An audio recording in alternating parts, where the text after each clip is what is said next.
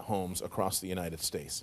If elected, would you take any action regarding gun legislation? And if so, what would that be? Mr. Garvey? Well, I believe in the Constitution. I believe in the Second Amendment. I believe it will never be overturned, nor should we attempt to overturn that. I do have sympathy for all of those who may have been victims of shootings, but I think that the most important thing is a stringent background check that goes much deeper than it is today in order to preserve the integrity of the Second Amendment and to be able to provide for people to defend themselves. Mr. Schiff? Well, first of all, Mark, thank you and ABC for hosting the debate tonight. Mr. Garvey, thank you. It's good to see you for being here as well. We're meeting at a precarious moment in California history when it's Padres won, Dodgers won. But also this is like a World Series press conference time because Californians are struggling to get by with food costs and rent costs and the cost of medicine.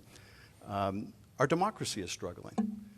We have someone who wants to be a dictator on day one running for president. We have there you go again. The rights of millions of women have been taken away. So it's a precarious moment. We need leaders that can stand up to bullies. We need leaders who can stand up to the NRA. I would support an assault weapons ban. I would support extended and universal background checks. I would support a ban on extended ammunition clips and my own bill, which would strip away the NRA's immunity from liability. Mr. Garvey was asked just a couple of weeks ago if he would support any gun control measure, and his answer was an unequivocal no. That is not what Californians are looking for. Californians want a leader like Dianne Feinstein who will stand up to the NRA. All right. Kristen Z, next question. Congressman Schiff, last week temperatures in the Bay Area were 30 degrees above normal. San Francisco hit 97 degrees. That's the highest October temperature in some 30 years almost. These conditions have become more common across California, and they increase the threat of wildfires. What specific policies would you push to make our state more resilient to climate change and devastating wildfires and other disasters? I've been meeting with people around the state who can't get insurance for their homes or the businesses because of the threat of fire. Communities that have been wiped out, lives lost. We had the tragic accidents recently involving California firefighters. The loss of life has been terrible. And there are a number of steps that we can take to address this crisis. First and foremost, we have to address climate change. We have to aggressively incentivize renewable energy, move us away from fossil fuels, which are causing the planet to heat up and setting states like California on fire. Here I disagree again with Mr. Garvey, who says he's got an oil-first policy of opening the spigots. That is not the answer to climate change. We also need to use technology to fight fires. As chair of the Intelligence Committee, I helped get funding to make sure we used overhead assets to identify incipient blazes so that we could put them out before they spread. I've also worked to allow nighttime helicopter airdrops of water, a policy that the Forest Service refused to use for years. Mr. Garvey, climate change. Well, let me say this first. Mr. Schiff has been a congressman for 24 years. And we've debated over 3.5 hours prior to this. And over these 24 years, the policy he's going to talk about tonight, the policies, he hasn't been able to do anything about it. Think about this, 24 years addressing existential problems in this country and never being able to cure the problems. And that's why the state is standing up now, its people, and saying it's time for change. But I think what is important is, in a federal position like the U.S. Senate, that we start to work to clear out the brush that really is the igniting point for many of these fires around the state of California. I was just up in Northern California at the Burn Fire and saw the devastation, what can happen and could happen. All these things he mentions have been done time and time again, but he never has an answer. Gabriella, your question for Mr. Garvey. Gentlemen, nice to see you again. California leads the nation when it comes to access to reproductive health care. We even have laws that protect non-California residents that come to our state to seek an abortion. Please explain your position on a woman's reproductive rights and abortion, and whether you would support a federal ban if it comes before the Senate. I said this on day one almost a year ago, October 10th, that As the next elected U.S. Senator from California, I pledge to support the voice of Californians, and they have a bill, a constitutional bill, for abortion, and I pledge to support that. Now, I am a Catholic. I believe in life. I believe in life at conception. I believe God breathes a soul into these fetuses. So I steadfast in terms of my policies on abortion and also the pledge to support all the people of California. Mr. Schiff? Gabriella, reproductive freedom is a human right. It shouldn't be denied to Californians. It shouldn't be denied to women anywhere in the country. I'm going to fight, as I have in the past, for a national right to abortion law so that women make reproductive decisions. We've already seen so many cases where women have had to go from one state to another to seek emergency care, some who have died along the way. And Californians are expecting in their senator someone who will fight for reproductive freedom. Not someone, like Mr. Garvey, frankly, who said that he has supported the Dobbs decision overturning Roe v. Wade. Someone who would support states' bans on abortions. That's not the answer. If my colleague was listening to the voices of Californians, as he claims, he would hear their voices loud and clear. Californians want a national right to reproductive freedom, and they don't want the government in the business of making that decision for women. Gabrielle, Mr. Schiff, excuse me, I think he mentioned me there. Go ahead. Believes in deconstructing the Constitution.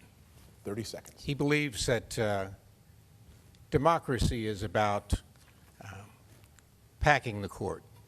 It's about doing away and downplaying the Second Amendment. Constantly, what people of California have told me as I've walked this state through this last 15 months is they believe in the Constitution. They don't want it desecrated on. They don't believe it should be torn down. They want somebody to stand up for the fundamental beliefs of this country.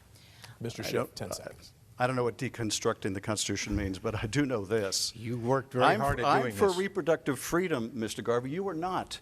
And right. Californians deserve better than that. They're not looking for some MAGA mini-me in a baseball uniform. They want someone who's going to fight for their rights, as I will do. Warren Armstrong, your next question for Mr. Schiff. Mark, thank you very much, and good evening, gentlemen. Mr. Schiff, this is for you. 1 year ago this week, Hamas terrorists massacred nearly 1,200 people in Israel. Since then, the health ministry in Gaza says thousands of Palestinians have been killed. Lebanon is under attack, and Iran is firing missiles into Israel. What plan, if any, do you support to bring peace to a region that's been unsettled for nearly 100 years? Warren, yesterday, as you know, was the anniversary of that terrorist attack by Hamas that took the lives of 1,200 innocent people, including Americans. Israelis were raped and murdered and abducted. Many still remain hostage. Hezbollah, the day after this war began, started lobbing projectiles indiscriminately into Israel. And Iran is using its proxies and now firing directly on Israel. The United States needs to continue to support its ally, Israel, in its right to defend itself. No nation state could go through that kind of attack and not defend itself. What's more, we cannot have a situation where that terrorist group, Hamas, continues to control Gaza or threaten the lives of Israelis, Americans, and others.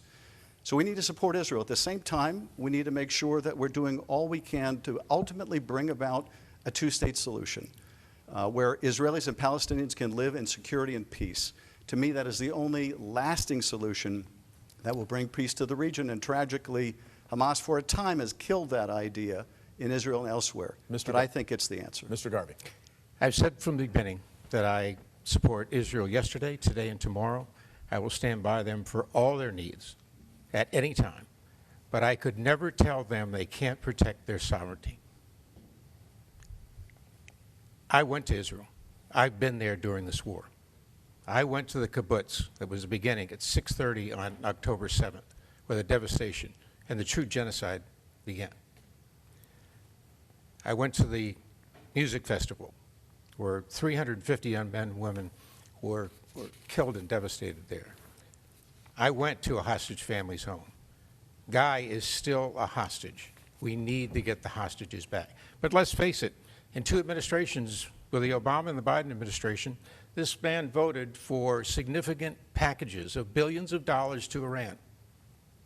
Why? To pander to Iran? Absolutely.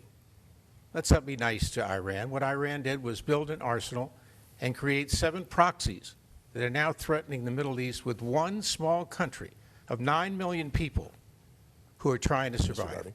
We need to step up and not pander. There'll never be a 2-state solution because one of them will try to decimate the other. And by the way, Your time has expired, Mr. Garvey. Thank you. Kristen Z., your next question for Mr. Garvey.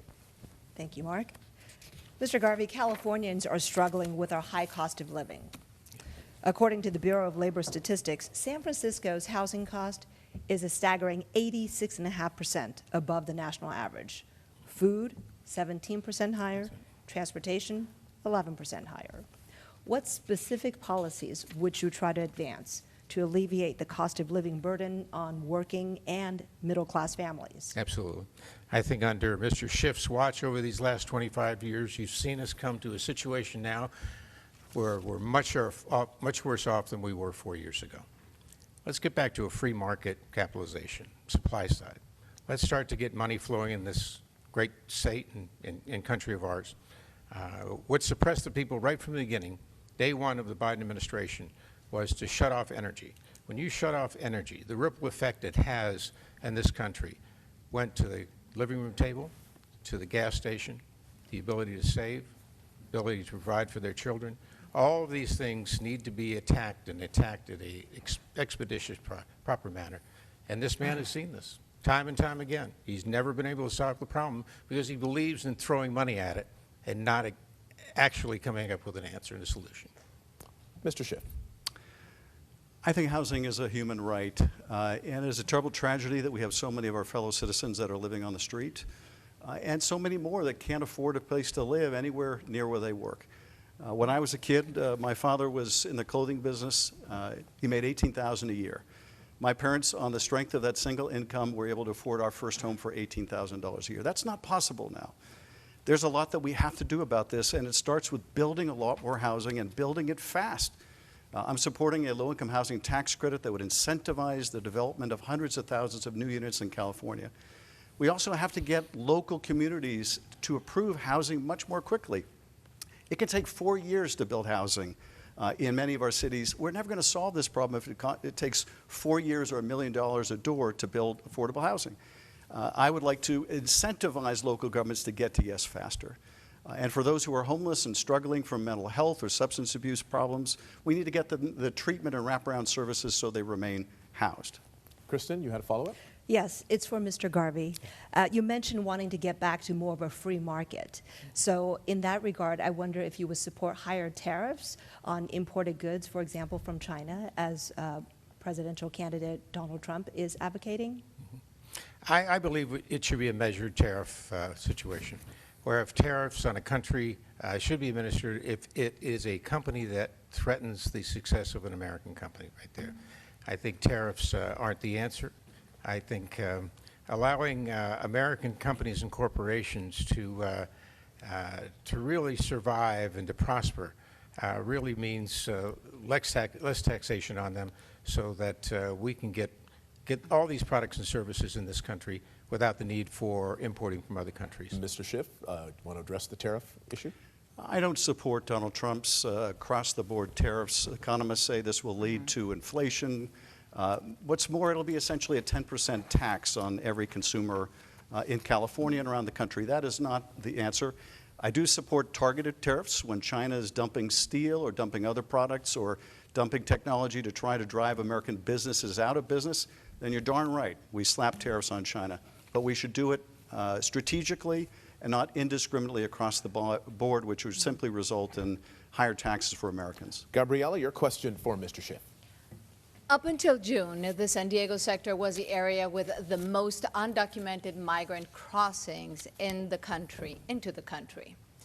Given the complexity of the situation for millions of families on both sides of the border, if it were up to you, what would be the first immediate action you would take to address the situation, even before Congress acts on anything?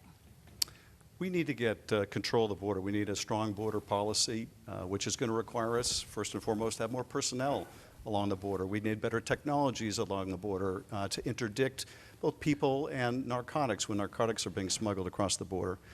but we also need a comprehensive immigration policy that treats those that are trying to immigrate or migrate as human beings, that's consistent with our values. We need a solution that provides relief for our dreamers and for the farm workers who put food on our table. It ought to be comprehensive if it's going to be effective.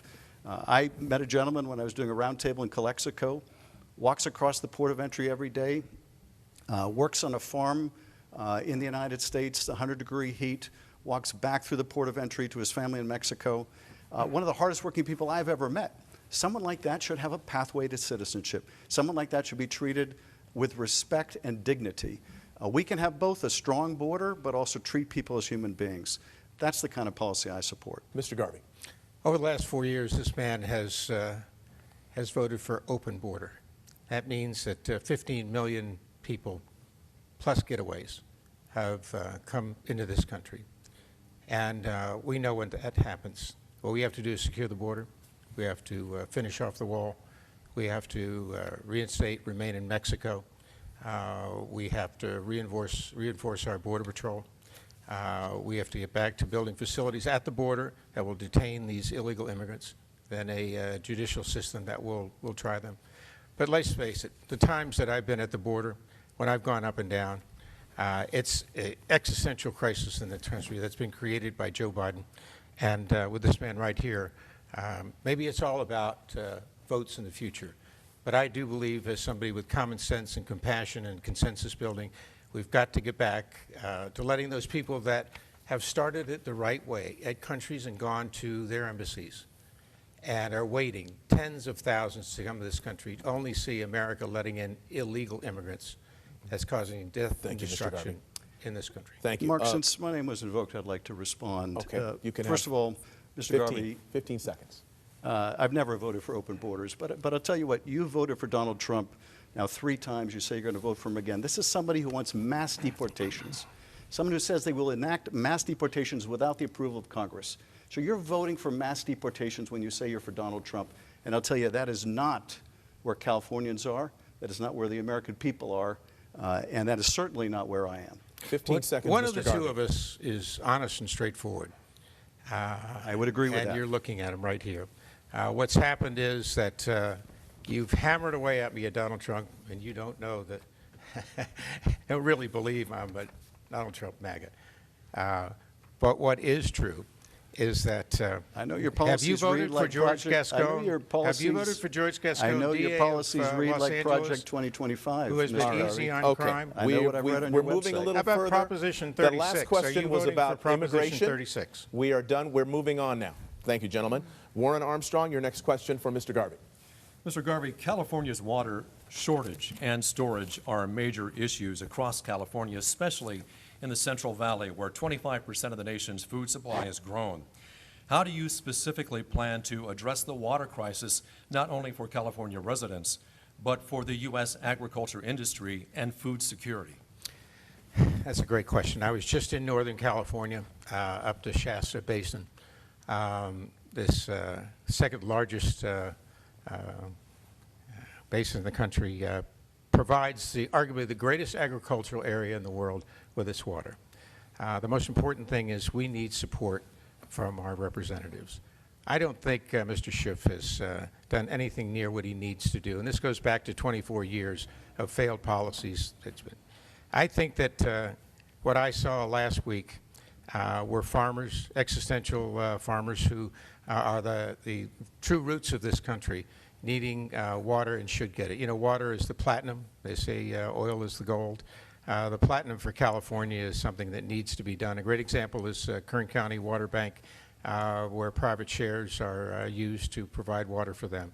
Let's look at all these policies that need to be reinforced by elected officials and not just career politicians who have failed at the state of California. Mr. Schiff. Well, first of all, I'm enormously proud of California's agricultural industry. It feeds not only the state, it feeds the country, it feeds the entire world. Many of the farmers have been farmers for generations in California, and I'm proud of what they do. I'm also enormously proud of what the farm workers do, who toil for endless hours in the heat and often very difficult conditions to put food on our table. I want to make sure that that industry remains healthy. the same time, I want to make sure that what has drawn so many people, including my own family, to California, our beautiful environment is preserved. And in order to strike that compromise, we're going to have to make use of this precious resource in a more efficient way, which means we're going to have to capture runoff in those wet years when millions and millions of gallons go out into the ocean and are wasted. It means that we're going to need to transport water from where it can be gathered to where it can be stored. It means we're going to have to deploy new technologies that can bring scarce water directly to the plant and be more efficient in how we irrigate. It means we're going to have to do a better job conserving. It means we're going to have to recycle more water and be more efficient in recycling as well. We're going to need to employ all of these things, and more than that, we're going to have to attack Warren? climate change, or we'll never get ahead of this. Warren, you have a follow-up. Yes, I have a follow-up, please, Mr. Schiff. Would you support the easing of environmental regulations in order to get those farmers more water and to also the urban areas? I would not support eviscerating our environmental regulations, no. But what I would do, and what you brought up Senator Feinstein in your first question, what I would do is what Senator Feinstein did, which is sit down with the stakeholders, as I've been doing over the last year, make sure that I understand the issues and the trade-offs, and look for those opportunities where we can have a win both for our farms, our cities, and our environment. It is not, I think, beyond the capability of Californians to want to have it all and to do it all. That is, to make sure that we have a beautiful environment, that we preserve our wildlife, but that we also continue to be the breadbasket of the entire world. Mr. Garvey, 30 seconds. Should the regulations, environmental regulations, be eased? Well, somebody who's built teams all my life and won knows how to work together and is a consensus builder. I think we need the environmentalists to work with the farmers. This vivid area needs to be preserved. You know, Mr. Schiff has these great ideas, and if you look at his website, he's got 13 or 15 of them. The problem is he really doesn't have an answer of how to pay for that, and that's why all these issues lead up to $3 trillion in expense. But never does he have an answer on how to pay for these situations. Water, again, the platinum issue in California, and I'll fight for that every day. Kristen, your question for Mr. Garvey. I'm sorry, for Mr. Schiff, excuse me. Congressman Schiff, there is both excitement and trepidation over the rapid development of AI. One fear, though, is that AI may spread bias and misinformation. Another is its potential impact on the labor market. The White House Council of Economic Advisors has identified about 10% of the workforce as AI vulnerable. How would you address these concerns in the Senate without hurting innovation in California, especially in Silicon Valley? Well, I probably, as the chair of the Intel Committee, had one of Congress's first hearings on AI, and in particular, AI's impacts on our national security. At that time, I was concerned about foreign or even domestic misuse of AI during campaigns to mislead voters, a concern that has only become greater. But my principal concern about AI is the one that you mentioned. That is, what is the effect on the American worker? What we've seen over the last 50 years, sadly, is life has gotten hard for working families. It's not that they're not working. Unemployment is very low. But because of globalism, because of automation, people are working harder than ever and still struggling to get by. AI threatens to accelerate that. Now, I want to keep this technology and these jobs in California because it's a force multiplier for our economy, but I want to make sure that it's well regulated so we protect workers and we protect the workplace. I want to make sure that workers can unionize and get good contracts and have negotiating power with their employers so that they can fight for good wages, health care, and good benefits. That's the approach I think we need to take to make sure the economy is working for everyone. Mr. Garvey, AI. Well, I think it is the future. I think that in many ways, in being on boards of institutions and medical institutions, that it is going to have tremendous effect and a positive effect. My only concern is how is it going to affect individuals? Can it be mind-altering? Can it affect their personal lives? I think in the future there'll be a balance between AI and labor and commerce. And it gets back to, and as Mr. Schiff mentioned, about the economy and about getting the economy back. Well, I like to call that Schifflation when he talks about the economy and trying to get that to coincide and come in line with new innovations like AI. Gabriella, your question for Mr. Garvey. We mentioned affordable housing before, but let's start with this. We face here in California a housing crisis with low inventory and high prices across the board. Critics often cite building regulations and zoning laws as barriers to increasing inventory. Others oppose rent control and more government intervention. So, do you believe we should let the housing market balance itself, or do we really need more regulation? Mr. Garvey first. Well, Mr. Garvey Mr. first, Garvey, right? yes. That's me.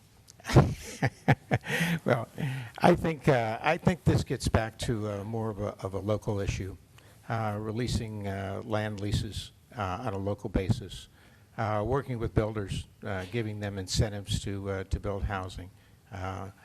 Mr. Schiff in his website talks about housing, affordable housing is just build more housing, but it's much more than that. But if we do start to mention a federal issue, I think this is where government becomes over-involved and a situation can be worked out on that local level. Mr. Schiff? I'm not sure I followed that answer, but here's what I would say. I met with a young woman in the north of the state.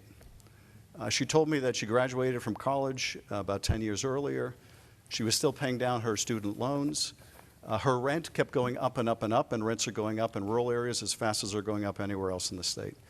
Between the two, she had barely enough to get by, and she was terrified. I think she speaks for millions of people. We need to build a lot more housing in California, and you know, my opponent may say, well, the government doesn't have much of a role in that, but we do. We can incentivize the development of housing. We can help break this logjam, and we're going to have to. The problem will not solve itself. We should also be making a greater federal direct investment in housing.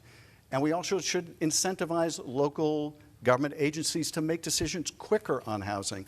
We're going to have to do all of this and more and treat this as the urgency that it is. It is my top priority to bring down the cost of housing in California. Real quick, how about renters?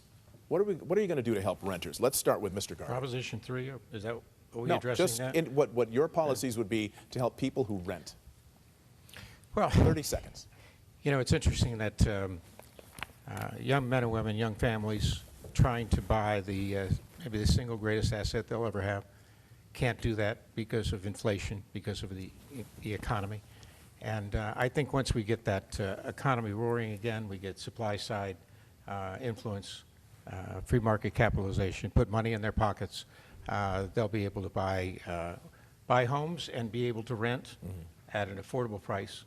And I think that's where it starts from. Okay, 30 seconds, Mr. Schiff, on rent, and then Gabrielle, you had a follow-up. Go ahead. Look, if you're lucky enough to buy a home, you get to write off a lot of your mortgage as a result. If you're a renter, you get no help. I don't think that's right. I would like to see a renter's tax credit so that renters also get some help with their rent. I'd also like to see us expand Section 8 vouchers. We've made a lot of progress in moving homeless veterans into shelter because we put such a focus and priority on veterans, as we should. But everyone deserves a place to live, and I think dramatically expanding Section 8 vouchers, making them available for people who need them, making sure that landlords can't turn down people who want to use a voucher. All right. This Thank is part of the answer. Thank you. Gabrielle, really quickly? Yeah, so it's simply put, more regulation? Do we need more housing regulation in the state of California, yes or no? 15 No, seconds each, max. we need no? less regulation. I think this is the problem. I think the more you regulate, the more you control.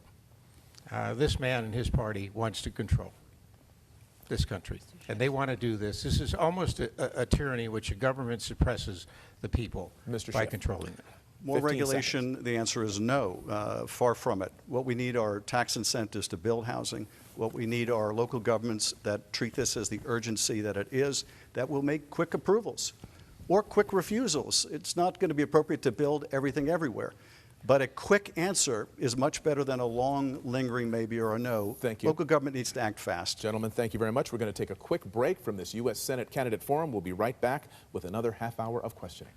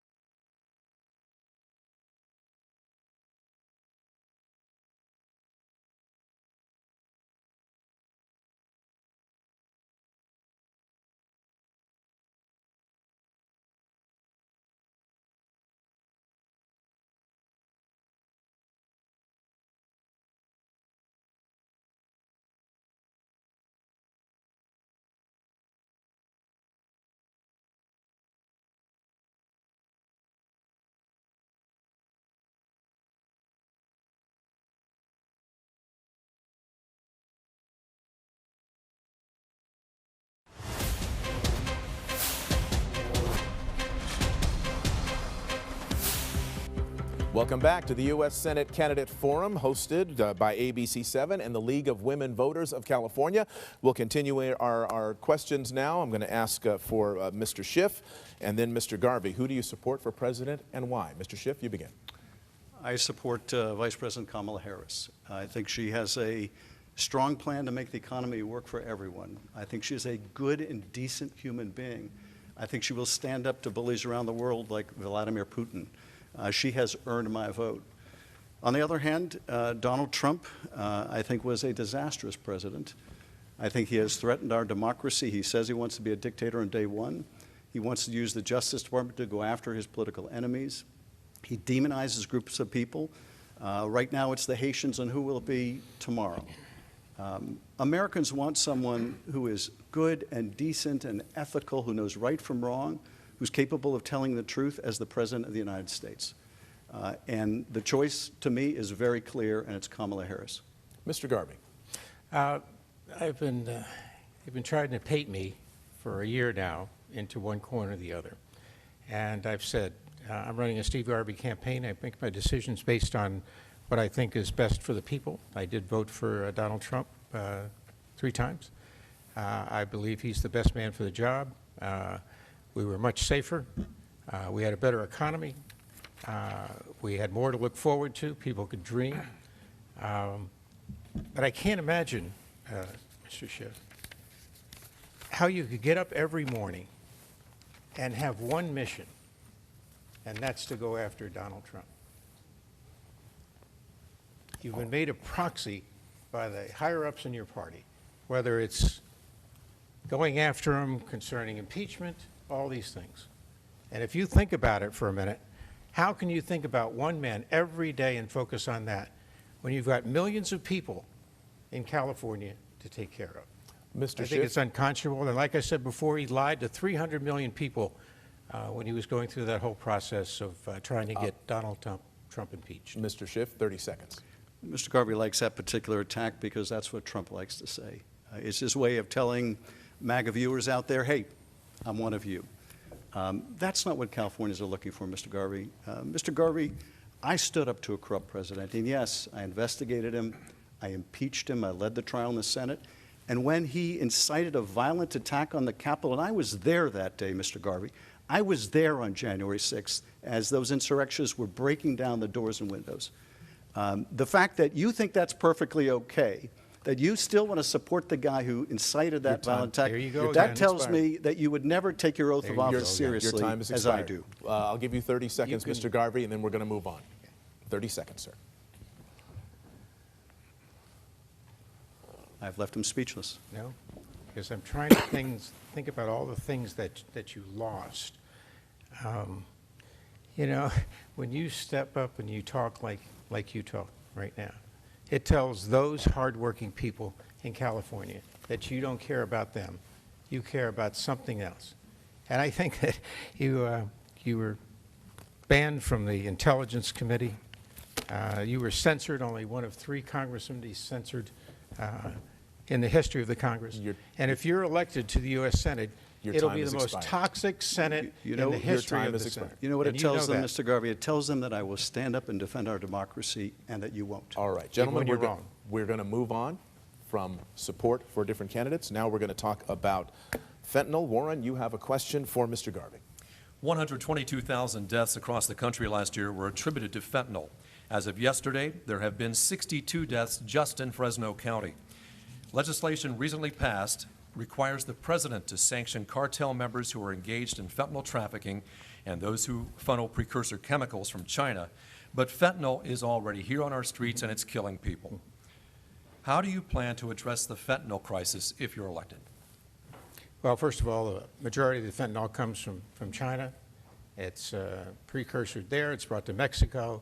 It's put together in Mexico, and then it's driven across the border, where it's driven to cartels for distribution that are killing Americans. Let's get back to securing the border, number one. Let's deal with Mexico honestly and straightforward, and let's deal with China on this. Let's stop being nice with China and nice with Mexico. Americans are being killed because the borders are open, let's face it. We've got to get back to securing the border. Fentanyl single worst drug ever to come across the borders from anywhere that are killing our people. Mr. Schiff. Prior to my service in the legislature, I was a prosecutor here in Los Angeles for 6 years. I prosecuted people smuggling drugs into this country from Mexico. I've experienced being on the front lines of the fight against those drug smugglers who are ruining countless American lives. Fentanyl has been a terrible curse. My wife Eve and I have 2 kids. When they're in college, we worried like every other parent that something might happen to one of our kids. It's terrifying, and for all too many, something did happen tragically. We need to strengthen our interdiction efforts at the border, that's true, but let's be honest about what's happening at the border. Most fentanyl that's smuggled into this country comes through ports of entry, carried by Americans.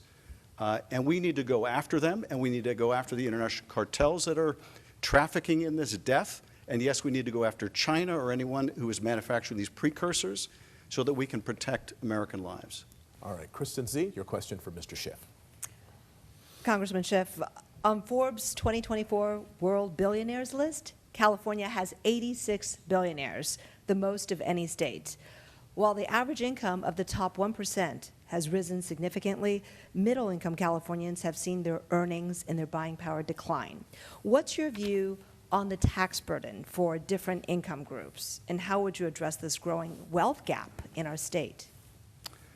Some years ago, I had the opportunity to meet Warren Buffett, one of not California's billionaires, but one of the wealthiest people in the world. We discussed how the tax rate for his secretary was half of his own effective tax rate. He didn't think that was right, and he is correct about that. That's wrong. It's immoral, and it's terrible economics. If you look at it, a handful of the richest families in America own almost half of the nation's wealth. And the reason it has gotten this bad is we have a tax code that is terribly unfair to working people and middle-income families. I would change that. That Trump tax cut that Mr. Garvey supports, that just made the rich richer and it made corporations wealthier, but it did nothing for most families. In fact, Californians, middle-class Californians, got a tax increase when the SALT deduction, the state and local tax deduction, was capped in a punitive act by the former president, affecting blue states like California. I would raise that cap. I would support child tax credits that lift kids out of poverty, and I would make the very wealthy and corporations pay their fair share. Mr. Garvey, taxation?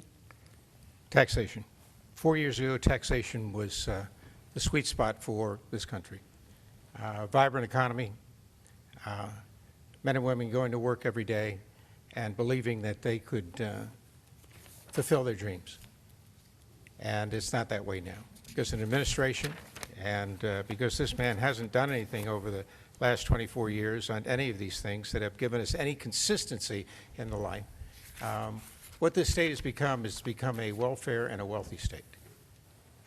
But let's let those people who, and getting back to what everybody talks about now are small businesses, let's get back to taxation that allows small businesses to be vivid again and contribute. I think I'm good with the Trump tax. I think it worked. We're worse off than we were 4 years ago. And let's get back to people who are successful, be able to make that much money. But they will pay their fair tax. Under my time in the U.S. Senate, 6 years, I'll make sure that happens. Gabriela, your question for Mr. Garvey. Latino voters.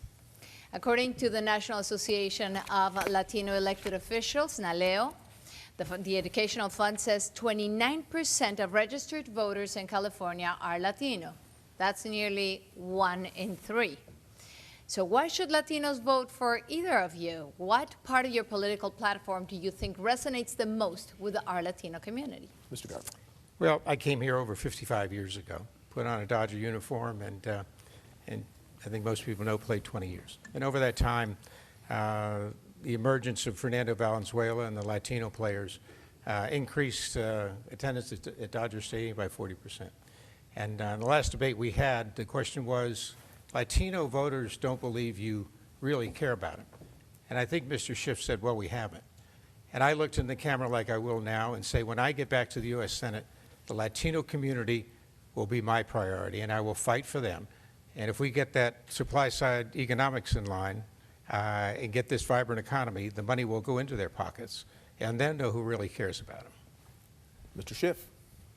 Gabrielle, in my opportunities to meet with Latino business leaders around the state, what they've told me is that the struggles they face are the same in many respects as every other community.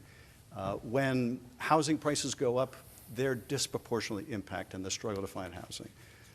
When the cost of food and gas and groceries go up and medicine, they're often left wanting.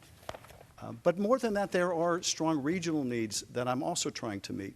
Latinos are most disproportionately impacted by the Tijuana River ecological disaster that's affecting their health. Similarly, in the Salton Sea area, Latino communities deeply adversely impacted by that environmental justice. In the Central Valley, hospitals like the Madera Hospital are shutting down because we're not adequately funding rural health care. Latinos are losing access to health care, life-saving health care. In the north of the state, lack of broadband access means a lot of Latino families get left behind when it comes to education. I'm going to fight for the Latino community. I'm very proud to have the endorsement of La Opinión in this race. This is going to be a top priority for me. Warren, your question for Mr. Schiff.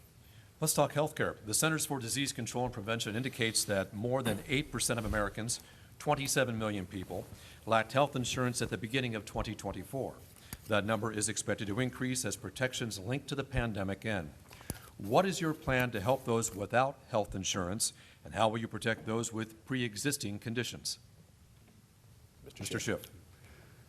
My wife and I had the experience that all too many families have of our daughter coming into a room in the middle of the night bleeding, and we had to rush her to a hospital. She was fine. She got treatment. She was fine. Too many families, though, in California and around the country don't have access to that kind of good, immediate, quality health care. I think we should make Medicare available for all who want to participate in it. Folks who don't want to participate shouldn't have to, but those who want to should have that opportunity.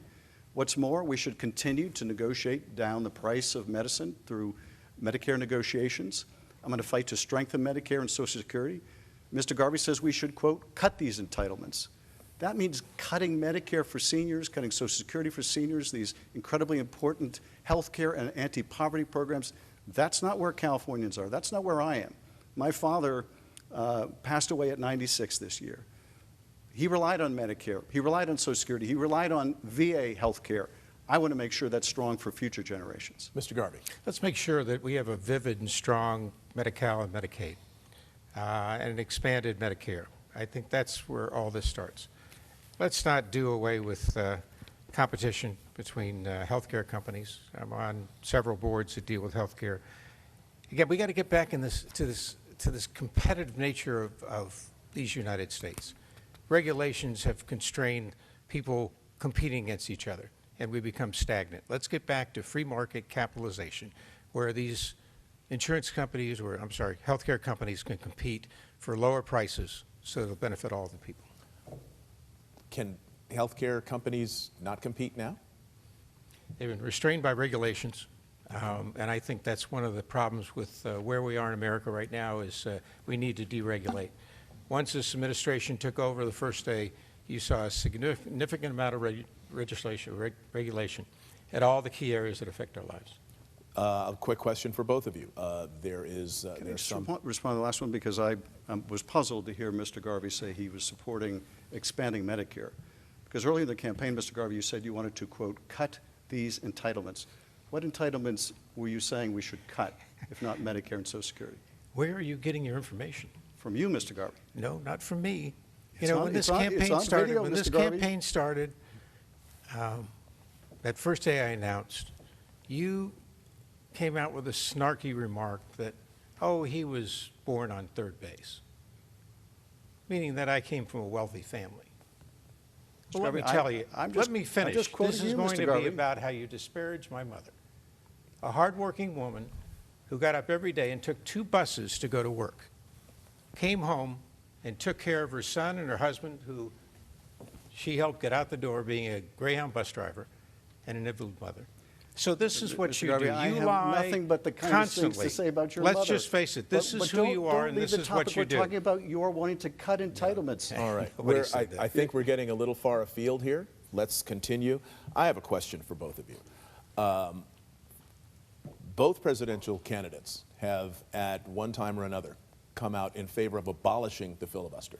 The filibuster has been used in the past to stymie civil rights legislation, voting rights legislation. It's been used to stall or stop appointments to either the cabinet or the federal courts. I want to know both of your position on whether or not you would vote to abolish the filibuster, and I will begin with Mr. Garvey. Filibuster is a vibrant way for the minority voice to have an opinion. And in this country now, this administration and the progressives are trying to deconstruct the Constitution. They're trying to pack the Supreme Court. They're trying to do away with the filibuster, do away with the Electoral College. All these things are part of this vibrant, single greatest document in the world, and that's the Constitution. On his watch, all he's talked about is doing away with all of these things, packing the court, especially packing the court, right? To take away the real judicial voice of America. And I think that this is unconscionable at a time when we are around the world, never been threatened more, never been in more danger, that you should constantly talk about the Constitution, and now you can deconstruct it.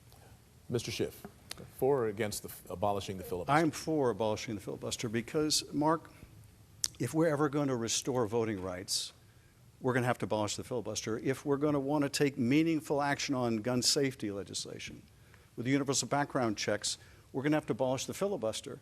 If we want comprehensive immigration reform, we're going to have to abolish the filibuster. If we want to restore reproductive freedom to millions of women in California, we're going to have to abolish the filibuster.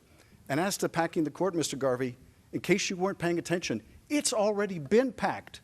It was packed with reactionary justices who took away the reproductive freedom for millions of people. That court ought to be term limited. There should be enforceable sanctions, ethics sanctions, an enforceable ethics code for that court, like any other federal employee.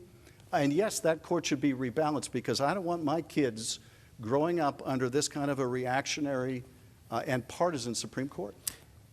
To the people listening, both in this state 30 seconds. and around the country, what he's talking about is eliminating free speech. This administration is constantly talking about taking away the free speech of the people, doing away with the Second Amendment. The Bill of Rights, the Constitution, life, liberty, and the pursuit of happiness is under attack by Mr. Schiff and his party. That's why you need a voice like mine in the U.S. Senate starting next January. Mr. Schiff, I'll give you 30 seconds and then we'll move on. I appreciate that. Look, I don't know where he's getting half this stuff. He wants to abolish the First Amendment. He wants to stop people's right of First Amendment speech. That's gibberish. Here's what I do want. I want a Supreme Court that we can once again respect, that is enlarging our rights, not doing away with them. I don't want voter restrictions put in place so that eligible voters can't vote. Another generation of Jim Crow laws. I don't want that. I want meaningful gun safety legislation. I want strong action against climate change. Sir. This is, I believe, what Californians time. also want. All right. Thank you for your time. Kristen, your question for Mr. Schiff. Thank you, Mark. Congressman Schiff, in many national conversations, San Francisco is portrayed as crime-ridden and unsafe. But FBI crime data shows it's not actually among the top 100 most violent cities in the U.S. Similarly, California is sometimes characterized as a failing state, despite being the world's 5th largest economy and a center for innovation and diversity. So as a candidate seeking to represent California and its people, all its people, what is your view of California? And based on that view, how would you build a better California? Well, I realize that Californians are struggling. I understand that many of you are working harder than ever and having a difficult time getting by. And in the big cities, San Francisco is not alone. I think all big cities in California and many around the country are facing the same post-pandemic struggles to come back. I want to work with community leaders and stakeholders in every part of this Golden State. There's going to be a headline one day, San Francisco is back. There'll be another, Oakland is back. All of our cities are back. And it means that we're going to have to encourage and incentivize people to come back to these big, beautiful cities. California is this incredible hub of innovation. I want to keep the entrepreneurial economy here in California. It's given us all tremendous economic dividends. We want to keep that strong. Yes, it needs to be regulated to protect our society, to protect our workplace, but I want these jobs in California. I don't want them exported overseas. And again, I want to follow Dianne Feinstein's model. She sat down with people. She got to yes. You got to be able to work with people on both sides of the aisle and deliver. That's what I've done, and that's what I'll do. Thank you, Mr. Schiff. Mr. Garvey. Mr. Schiff, you're no Dianne Feinstein. I remember when this state was the heartbeat of America, and now it's just a murmur. It's because of the suppression of elected officials, career officials like you, who now have forced good people who have come to this state, came here to dream, knowing that every day, 85% of Californians wake up each morning and realize they're only going to break even or going to lose money. And it's shriftflation, it's suppression of energy and the voice of the people. And I think that this country is only going to start to grow when we start to build consensus, getting back to what I believe in, and that's common sense, compassion, consensus, and not voting 98% down party lines, being able to reach across the aisle and stick out your hand. And I'll do this as the next elected U.S. Senator. I'll go to all 99 of the senators and stick out my hand and say, I want to work with you for the best interest of your state and my state and this country. Mark, And I think a lot of them will want I'm going to give you with each me. 15 more seconds. Mr. Schiff. I'd like to respond to what he said. And Mr. Garvey, I knew Dianne Feinstein. Dianne Feinstein was a friend of mine, and you're right. I would never pretend to be the equal of Dianne Feinstein. She was a giant. She was a giant. But I'll tell you something about Dianne Feinstein, about my own record. Like Dianne Feinstein, I've worked hard across the aisle to get mass transit built, to pass California's Patient Bill of Rights, which I wrote. I worked to get the early earthquake warning system set up. I brought millions back to California for housing. We've got to get to closing statements. If I could just say, well, Mr. Garvey was signing baseballs for the last 37 years. I was seeing presidents of both parties and governors of both parties sign my bills into law. Mr. Schiff, And for thank you. 24 years, you've only been known for one thing, and that's impeaching somebody else. That's unconscionable. All right, now we're going to get to our closing statements. I'm going to give each candidate 1 minute to present their closing statements on why they should be elected by Californians to the United States Senate. Mr. Garvey, you are first. Well, it's been 55 years since you and I first met, coming to Dodger Stadium September 1st of 1969, putting on a Dodger uniform, playing for 20 years in San Diego and LA, growing businesses, family, being involved in charities and understanding what California is all about. I listened to a song, Someone Like You by Van Morrison, and it reminded me of the day I decided to run. That someone like you is the people of California who've been suppressed and regulated, who need a new, fresh, young voice, somebody who'll get up every day and swing for the fences for you, and that you know in my heart and in my prayers, I will be a 6-year senator that'll make a difference in your life and your family, your future, and your children. God bless you. And this has been the greatest journey of my life. I need your vote. Go to stevegarvey.com. Mr. Schiff, 1 minute. Thank you again for hosting the debate tonight. I've been very proud to represent California in the U.S. Congress. I'm proud of my record of delivering for the people of California. I'm proud of building light rail. I'm proud of passing California's Patient Bill of Rights. I'm proud of bringing back millions to this state to build housing, to get things done again in California. I'm proud to have authored legislation that helps us attack wildfires and expand health care to millions of people. Californians deserve a senator who has a track record of delivering, of getting things done for the people of this state.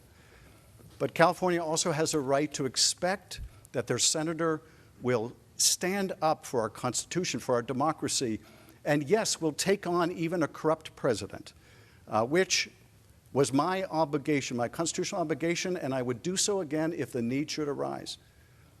But I've been enormously proud to represent many of you in the House of Representatives. I'd be very proud to represent every part of this big, beautiful state in the U.S. Senate, and I ask for your vote. Thank you, Mr. Schiff and Mr. Garvey. Thank both of you for this great forum. We'd like to thank our co-sponsor, the League of Women Voters of California, and our media partner, Univision LA. Additional thanks to our sister stations, KGO in San Francisco and KFSN in Fresno. A reminder, Election Day, November 5th, just 4 weeks from today. Early in-person voting starts at the end of the month. Vote by mail ballots must be postmarked by Election Day. We thank you for joining us. Have a good evening. Get out there and vote. Good night.